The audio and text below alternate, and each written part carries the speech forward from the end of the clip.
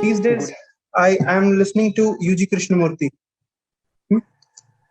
So UG Krishnamurti, in his videos, he's saying all spiritual teachers are con man, and with such audacity, sureness, and confidence in his face, he's saying all this. So my confidence also shatters. Uh, my beliefs, my understanding. I also start questioning on my beliefs, ki whether I'm understanding things right or wrong, whether I'm following right things or not. So all these things, ki what should I do regarding these? So please say something about UG Krishnamurti also, and his liberation, what he calls it as a calamity. Why sometimes he sounds so different from any other spiritual teachers? I'm very much confused. You talked about UG Krishnamurti, and you said that he declared with great assertiveness and confidence that all spiritual teachers are fake. He was not the first to do that. There have been many others before him. In fact, Jiddu Krishnamurti, who mentored him for some time, was saying much the same thing, though in much less abrasive terms. So, I think I'll give him the benefit of doubt. I'll take his statement in good faith. He has made a sweeping generalization, but that generalization is not far away from reality. So what he is saying, I think if you go to the spirit of it, it has to be accepted. I too say the same thing, and I endorse what he is saying, that in general spirituality is the favorite ground of fraudulence. Any other place, even if you want to cheat people, you have to make some efforts. You have to know something. You at least have to be a master at the art of theft or robbery or whatever. Spirituality, you just have to yak, and the masses are all just too gullible. It's not, bad to say something or to try to uplift the other by teaching. But then this other must have the sense to engage in a conversation. Don't you want to understand what the other is saying? If you want to understand what the other is saying, why don't you bring some depth to the conversation? Why don't you ask him questions? But instead of questions, what you have is discourses. In fact, I face this peculiar problem. People who come to me and have been with teachers before, and are used to sitting in sermons and discourses, they just don't want to talk. They just want to listen. When I started speaking publicly, I faced this problem. They would say, you come and speak. I would say, I have nothing to speak. I can only converse. I can't talk at you, I can talk with you. Let's chat. They say, but spiritual teachers don't chat. They sermonize. I said, I have no sermons. In fact, there is very little that I have by way of a message or something. If you have a question to ask, I can answer it. If you have a topic to raise, we can talk. And it would be an awkward situation many a times. I would be there on the podium waiting for the audience to raise a question, and in front of me would be hundreds, and not one person would be willing to say anything. And then I would implore them again and again, please sir, please say something, please say something. And then one fellow in a feeble voice would mutter something, and that would anyway give me some stuff to speak on, and I'll say, and having said something heartfully, now I'll wait for the audience to reciprocate, and the audience would be mum again. And that comes from years of being dumbed down. Your parents don't want you to speak, your teachers don't want you to speak, and religious preachers, obviously they are very afraid if you speak up. So you don't ask even the most basic, logical, sensible questions, and you keep accepting even the most amusing kind of trash as if it's the word of the gods.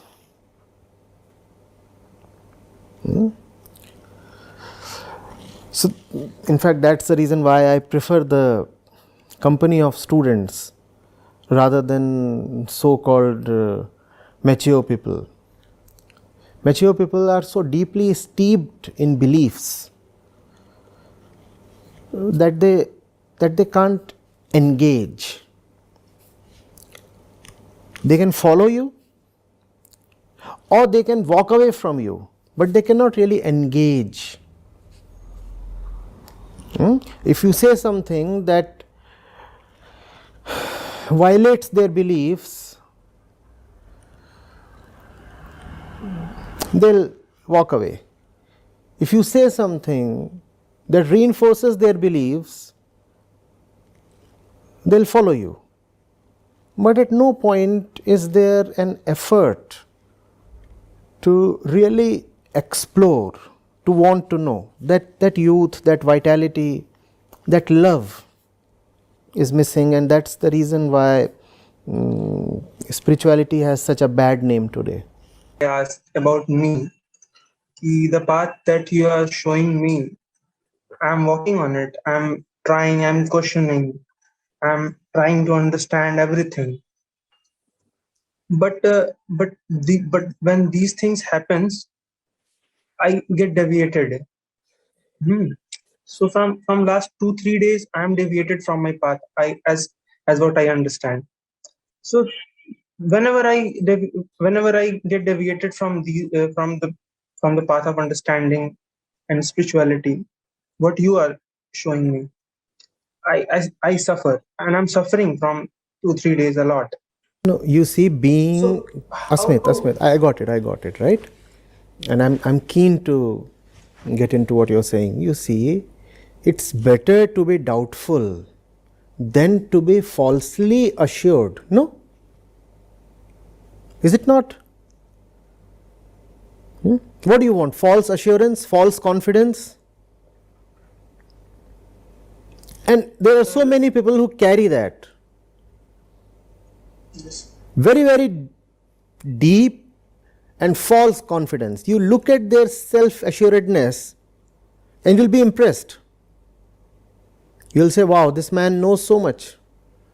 This kind of a confidence can come only from deep knowledge or deep understanding.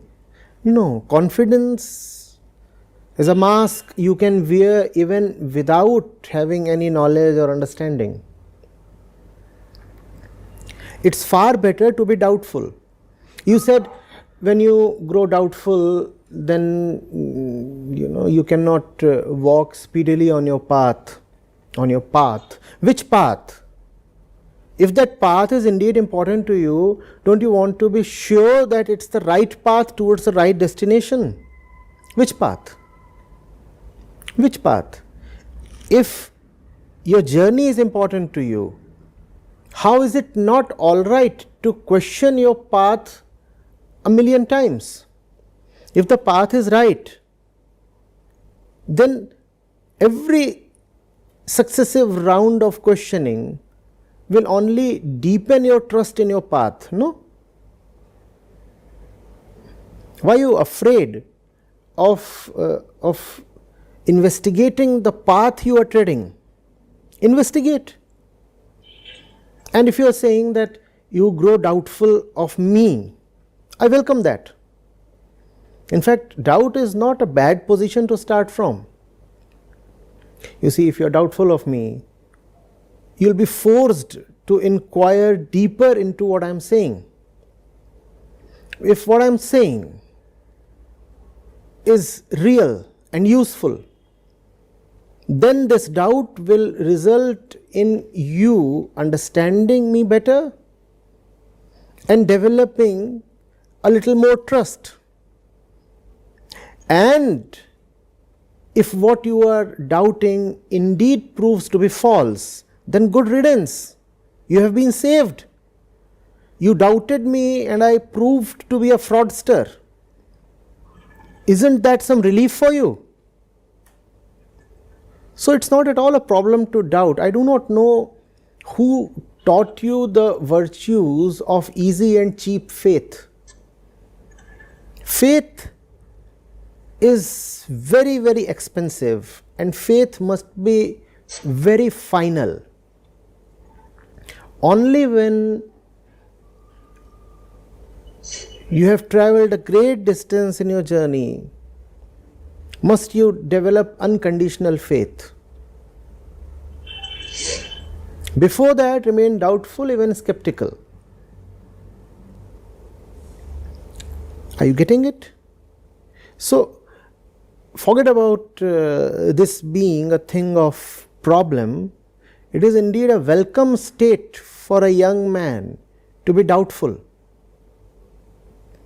Do you know how long did Vivekananda remain doubtful of Ramakrishna Paramhans? For pretty long.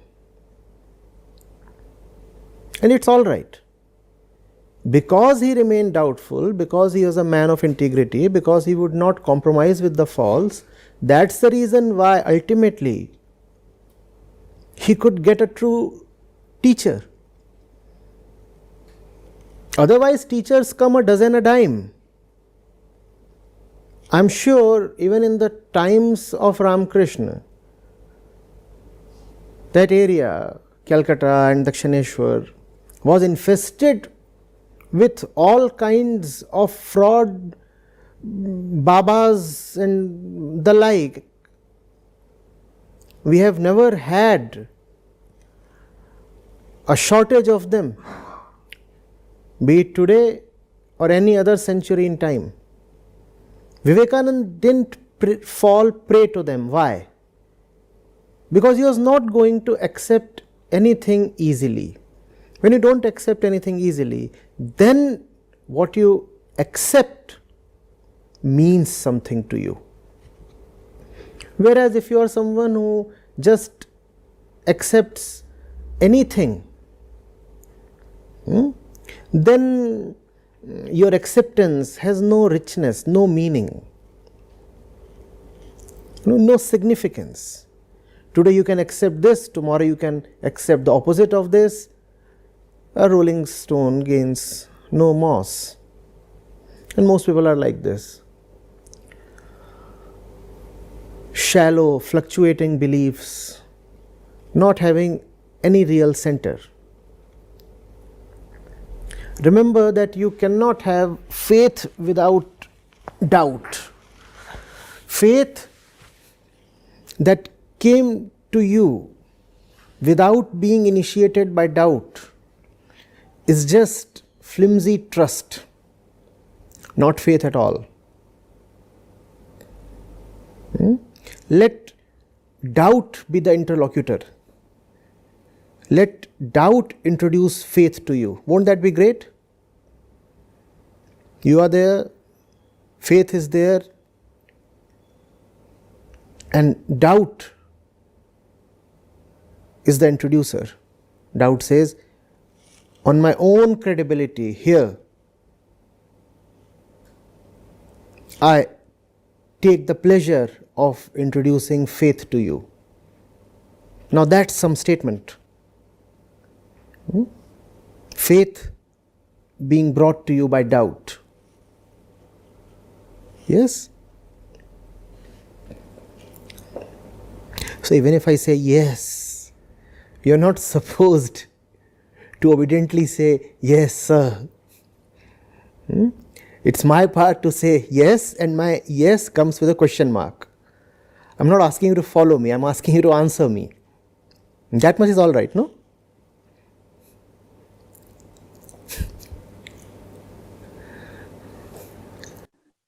Yes, sir. These things happens. ये पहले भी हुआ है, but होता रहेगा. मैंने ठीक किया भी है, करता रहूँगा. नहीं कैसे ठीक किया? What do you mean by ठीक किया है?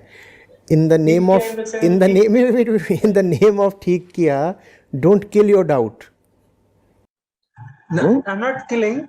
I'm saying कि पहले भी ऐसे doubts आए हैं, तो मैंने उसे figure out करा है कि exactly क्या हो रहा है यहाँ पे, पूरी situation में हो क्या रहा है. Yes. तो उसको समझने के बाद मैं उससे फिर आगे निकल जाता हूँ. बट वो फिर दूसरी बार भी वो थॉट आता है परेशान करने, बट वो इंटेंसिटी उसकी कम हो जाती है. तो अभी फिलहाल उससे गुजर रहा था मैं, तो मुझे लगा वही सवाल मैं कर लूं. नहीं, it's a great. Otherwise, When doubt comes to you, it's a great opportunity. Use it. Don't suppress it. Don't think of yourself as mischievous or disloyal or infidel. If doubts regarding even the most commonly accepted things come to you, doubt the entire world, doubt the gods, and most importantly, doubt yourself. yes, sir. Can I ask one more thing? I'm here for you. In one of his videos, he's saying that perception of eyes are not actually three-dimensional. So what is it? मतलब मैंने तो ऐसा किसी भी teacher से नहीं सुना.